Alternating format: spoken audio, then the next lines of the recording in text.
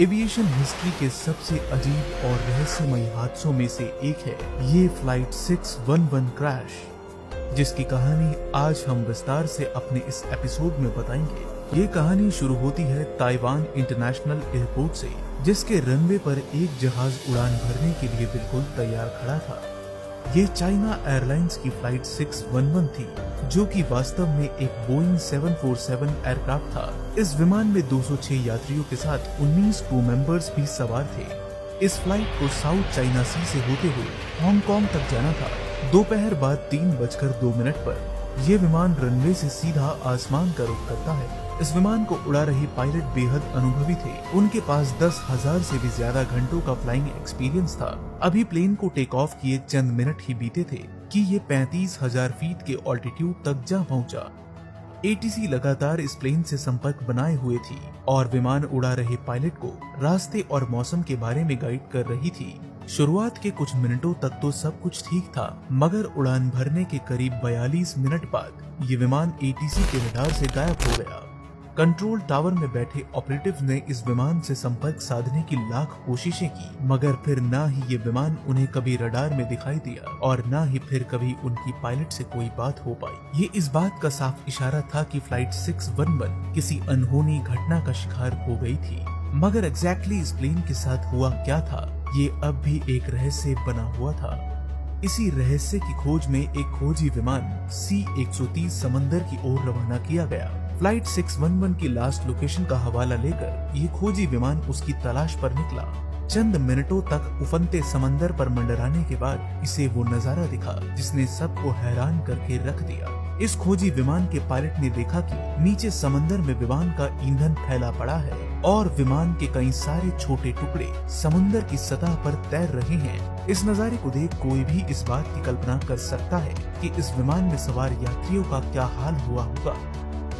खैर, इस विमान के मलबे की रिकवरी के लिए चीनी नौसेना की कुछ शिप्स घटनास्थल पर पहुंची, जहां वो प्लेन के तमाम टुकड़ों को रिकवर करते हैं। इस दौरान उन्हें समंदर के तल पर प्लेन का ब्लैक बॉक्स भी मिलता है, मगर अफसोस इस घटना में मारे गए सभी लोगों की लाशें बरामद नहीं हो पाती। 225 में से महज 195 लाशें ही बरामद होती हैं, बाकी का कोई अता पता नहीं चलता। इस हादसे की जांच के लिए 2 इन्वेस्टिगेशन टीम्स बनाई गई, जिनमें से एक का काम था इस विमान हादसे को आतंकी साजिश से जोड़कर देखना।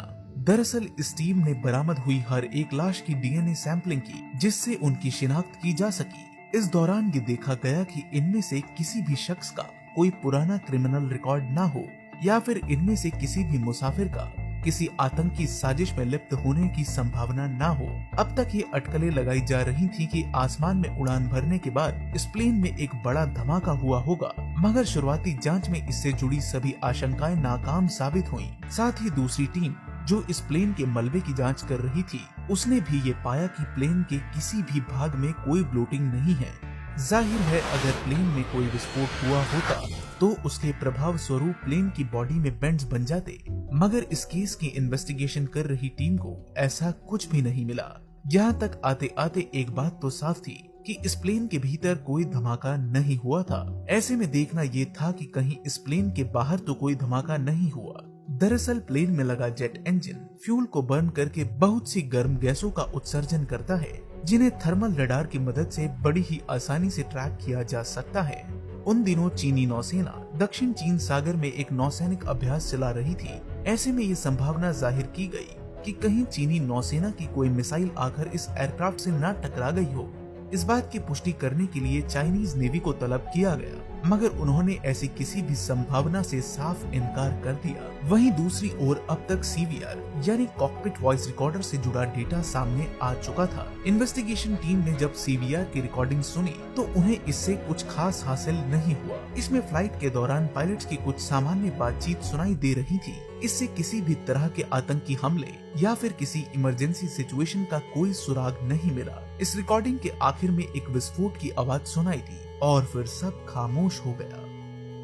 दुनिया भर की चीजों की पड़ताल कर लेने के बाद भी इन्वेस्टिगेशन टीम के हाथ बिल्कुल खाली थे। उनके सामने अब भी ये सवाल चट्टान की तरह खड़ा था कि आखिर ये धमाका हुआ तो हुआ कैसे। अब इस गुत्थी को सुलझाने का एकमात्र रास्ता था इस विमान के FDR यानी फ्लाइट डेटा रिकॉर्डर की तलाश, जो कि अब भी बरामद नहीं किया जा सका था। इसकी तलाश में लगी रिकवरी टीम समंदर के चप्पे चप्पे को खंगाल रही थी, मगर उन्हें कुछ भी हासिल नहीं हो रहा था। मगर घटना के करीब 2.5 हफ्तों बाद फाइनली इस टीम के हाथ इस प्लेन के मलबे की एक बड़ी खेप लगी, जिसमें इस प्लेन की टेल और लॉबी शामिल थी। और इस मलबे की जांच के बाद एक ऐसे राज से पर्दा उठा जिसने सबको चौंका कर रख दिया। दरअसल इस कड़ी में ये पता लगाया गया कि आखिर इस प्लेन के आसमान में टूटकर बिखरने का सीक्वेंस क्या था। आसान शब्दों में इस बात का पता लगाया गया कि आखिर इस प्लेन का कौन सा हिस्सा टूटकर समंदर में पहले गिरा। इस कड़ी में निष्कर्ष ये निकाला गया कि पहले इस समंदर की टेल टूटकर नीचे गिरी, फिर लॉबी और फिर कहीं जाकर कॉकपिट। लिहाजा अब तक भी इस प्लेन का FDR समंदर में कहीं लापता था। मगर अब ये गुत्थी धीरे धीरे सुलझती नजर आ रही थी। इस कड़ी में फ्लाइट 611 की टेल में एक बेहद बड़ी दरार को ढूंढा गया। प्लेन के मलबे की जांच कर रही टीम ने इस प्लेन के पिछले हिस्से में एक बेहद बड़ी दरार को खोजा। इस बीच चौंकाने वाली बात ये थी कि ये दरार 1 या 2 हफ्ते पुरानी नहीं, बल्कि कई सालों से पड़ी हुई थी। मगर आज तक भी ये कभी भी प्लेन की मेंटेनेंस टीम की निगाहों में नहीं आई। बेशक ये बात थोड़ी अटपटी लगती है, मगर सच भी यही था। लिहाजा जांच के कुछ आगे बढ़ने पर सारी पोल खुल गई। इन्वेस्टिगेशन टीम ने ये पाया कि प्लेन के एक बेहद बड़े हिस्से में बहुत से क्रैक्स मौजूद थे, जिन्हें एक मेटल पीस की सहायता से टेम्पररी रिपेयर किया गया था। दरअसल ये बात आज से 22 सालों पहले की है, जब सन 1980 में एक बार ये प्लेन एक दुर्घटना का शिकार हुआ था। उस दिन ये प्लेन लैंडिंग के वक्त इतने कम ग्लाइड एंगल पर आ गया था कि बैक के लैंडिंग गियर्स के रनवे टच डाउन करने से पहले ही टेल जमीन पर रगड़ खा गई थी, जिस कारण टेल के हिस्से को भारी नुकसान पहुंचा था। ऐसे में लैंडिंग के बाद इस प्लेन को मेंटेनेंस के लिए भेजा गया, तो उसे एक मेटल पीस से कवर करके उस दरार को ढक दिया गया, जबकि कायदे से उन्हें इस पूरे हिस्से को रिप्लेस करना चाहिए था। 22 साल पहले बरती गई इस लापरवाही का परिणाम ये था कि ये भयानक हादसा अंजाम हुआ और 225 लोग हमेशा के लिए काल के ग्रास में समाहित हो गए। तो दोस्तों, ये थी कहानी फ्लाइट 611 की।